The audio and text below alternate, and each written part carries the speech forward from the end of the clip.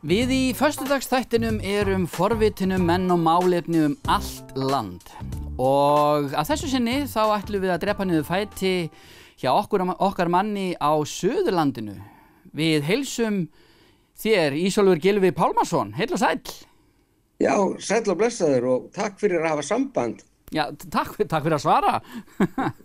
Nei, ég bara svo hrifinn af því sem þeir að gera á N4 að þetta skiptir okkur landsbyggðarfólk og þetta höfuðborgarbúa líka mjög miklu máli.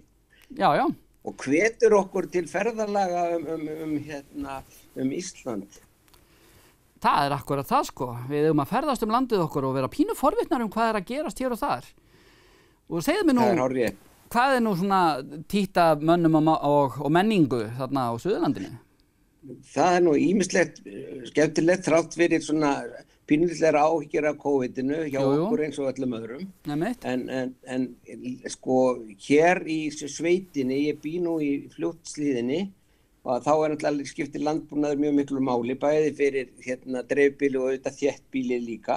Akkurat. Og núna hafa verið göngur og réttir og sláturtíð hjá bændum og það líka auðvitað mjög gaman að fylgjast með bændum sem í þessum nútíma fjósum. Þeir segja margir að þetta sé eins og að breyta atvinnu að þeir komið í nýju fjósin. Nú síðan auðvitað skiptir Suðurland líka miklu máli í sjávarútvegur eins og landið í heild og ég hefði aðeins samband við Vestmannaeyjar í morgun til að heyra í þeim þar og þeir segja að COVID hafði heilmikil áhrif á sölu á fiskafurðum og það safnaðist upp aldrei fiskafurðum sem að seljast núna á betra verði heldur en menn bjuggust við, þannig að það allt saman mjög jákvætt. Síðan þetta ferðaþjónustan sem að það var bara ótrúlega gott sumar þrátt fyrir allt og ferðaþjónustan skiptir okkur alveg ótrúlega miklu máli og hefur alveg gjörbreytt hér samfélagunum. Já, já. Til dæmis bara í þéttbýliskjarnandir Suðurlandi, það seljast öll hús sem að í boði og íbúðir.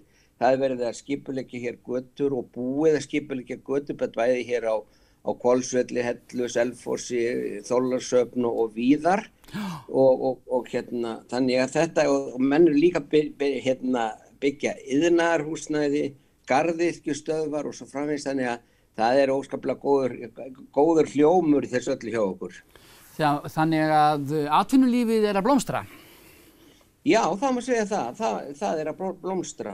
Það dásamlegt. En auðvitað skiptir líka, menning líka atvinna. Já, heldur betur. Og við erum þáttakendur í geoparkverkefni, jarðvangsverkefni sem samvinnuverkefni Rangárþings eystra, Mýrdalshrepps og Skaftárhrepps.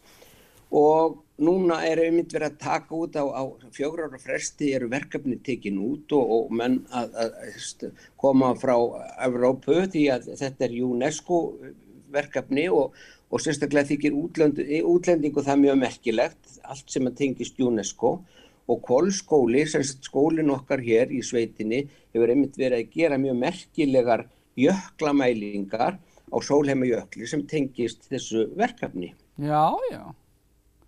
Þannig að það bara sóknarandi í okkur og ég meina tala nú ekki ef við horfum á til dæmis miðbæinn og Selfossi hvað að gerast. Það allt í einu breytist Selfossi í svona, menn stoppa í miðbænum og það margt skemmtilegt að gerast. Já, þarna náttúrulega gríðarleg götumynd komin svona eftirmynd gerð af ýmsum frægum húsum af öllu landinu, er það ekki?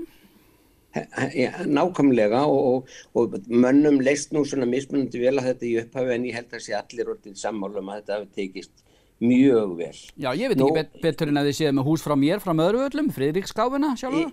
Já, þetta ekki amalegt og það var líka mjög áberandi gamla mjólkubú Flóamanna sem gríðarlega fallegt hús. Já. Og ef ég man rétt þá teiknaði Guðjón Samúelsson það hús eins og svo mörg falleg hús á Íslandi. Akkurat. En ég var líka að tala menninguna og til með Sinfóníuhljómsveit Suðurlands, hún orðin að veruleika og það Guðmundur Óli Gunnarsson sem að stýrir henni. Já. Og Margrét Blöndal sem við þekkjum nú meðal annars frá N4. Já, að hún svona framkvæmdastjóri þessa verkefnis og Sinfóníuhljómsveitin, hún tróð upp á Oddahátíð sem var haldin núna í sumar á Rangárvöllum, þar sem mjög margt að gerast sem spennandi, og það verða einmitt tónleikar í Skálholti 11. desember næstkomandi, þannig að það líka margt að gerast í menningunni. Já. Mikið að karlakórum, kvennakórum og svo framvegis. Akkurat. Herri Ísólfur, þakka þér kærlega fyrir þessa yfirferð og við fáum kannski að vitja þinn aftur svona einhvers staðar kringum aðventunna og fá svona fregnir af viðburðum og mannlífi þá. Ekki spurning, mín ánægja. Dásanlegt, kærar þakkir og góða kveður suður. Já, takk fyrir það kærlega. Jú, blessaður. Bless. Og áfram höldum við. Í vetur fáum við að njóta listfengis Eyþórs Inga, þess magnaða fjöllistamanns, organista og sömuleiðis frábær ljósmyndari, og nú hefur hann, eins og þið sjálfsagt vitið sem hafa fylgst hafi með, búin að útbúa náttúru myndbönd, sem sagt fuglamyndbönd, og þau leiðu mistök áttu sér stað í síðasta þætti að það fór röng klippa í loftið. Það fór bara kjarnin úr myndinni, þannig að við fengum ekki að njóta listaverksins í allri sinni dýrð. Þannig að við setjum það á aftur og nú með réttu, og nú fáum við að fylgjast með Þórshananum í öllu sínu veldi. Við biðjum Eyþór og ykkur öll innilega afsökunar á þessum leiðu mistökum, en hér sjáum við Þórshanan. Listaverk í lífríkinu í boði Kanon.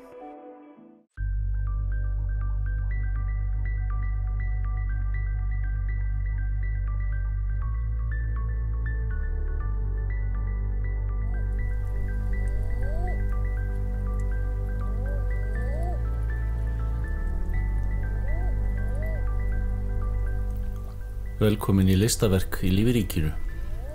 Viðfangsefni þessa þáttar sannkalla listaverk. Þórshaninn svo sannarlega stór glæsilegu fugl. Fallegur rauðleitur sumarbúningurinn, gulur goggurinn og sérlega skemmtilegt atferli einkenni tegundarinnar.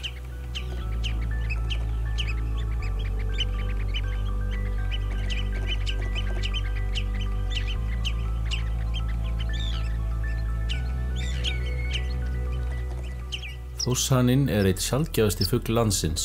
Það verpa aðeins örfáir tugir fugla hér við land.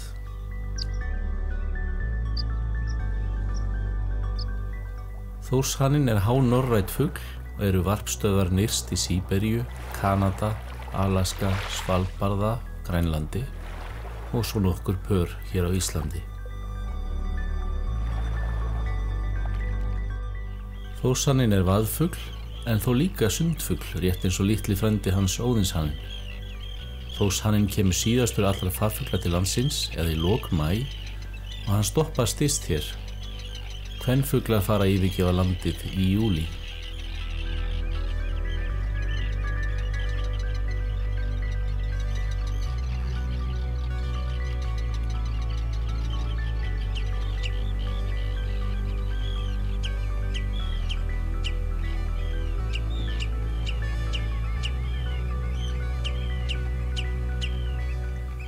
Verkaskipting kynjanna öfug miðað við flesta aðra fugla.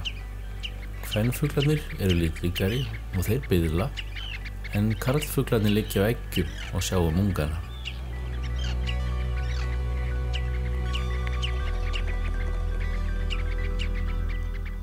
Vetrarbúningur Þórshana grár og hvítur og þar komin skýringin á skrýtnu ensku nafni fuglsins, en hann heitir Grey Phalarope á Englandi. Enda sést hann ekki á Englandi nema utan varptíma, en á amerískri ensku heitir hann Red Phalarope, en varpstöðvar einmitt nyrst í Norður-Ameríku.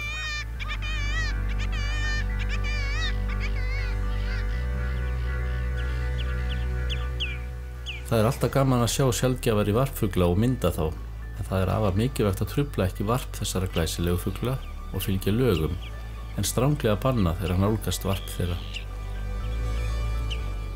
Myndirnar sem ég tók hér teknar og birtar með sérstöku leyfi frá Umhverfisstofnun.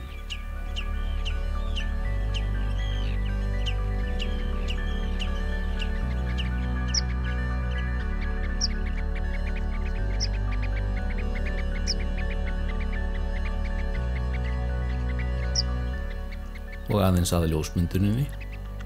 Þegar ljósmyndarar mynda vaðfugla í fjörum mikilvægt að vera ekki að elta fuglana, heldur koma sér fyrir og bíða eftir að þeir nálgist. Best að vera í eins konar felutjaldi, en það ekki alltaf hægt. Þórshanar gjarnan á þannig stöðum. Það getur verið nokkuð sóðalegt að mynda þá og ljósmyndabúnaðurinn minn hefur aðeins fengið að finna fyrir því gegnum tíðina. Maður þarf helst að liggja á blautum leirum í fjörum, í þangi og drullu. Oftar en ekki flæðir að manni og nánast alltaf kemur maður heim sjóblautur, drullugur og kaldur. En það þess virði.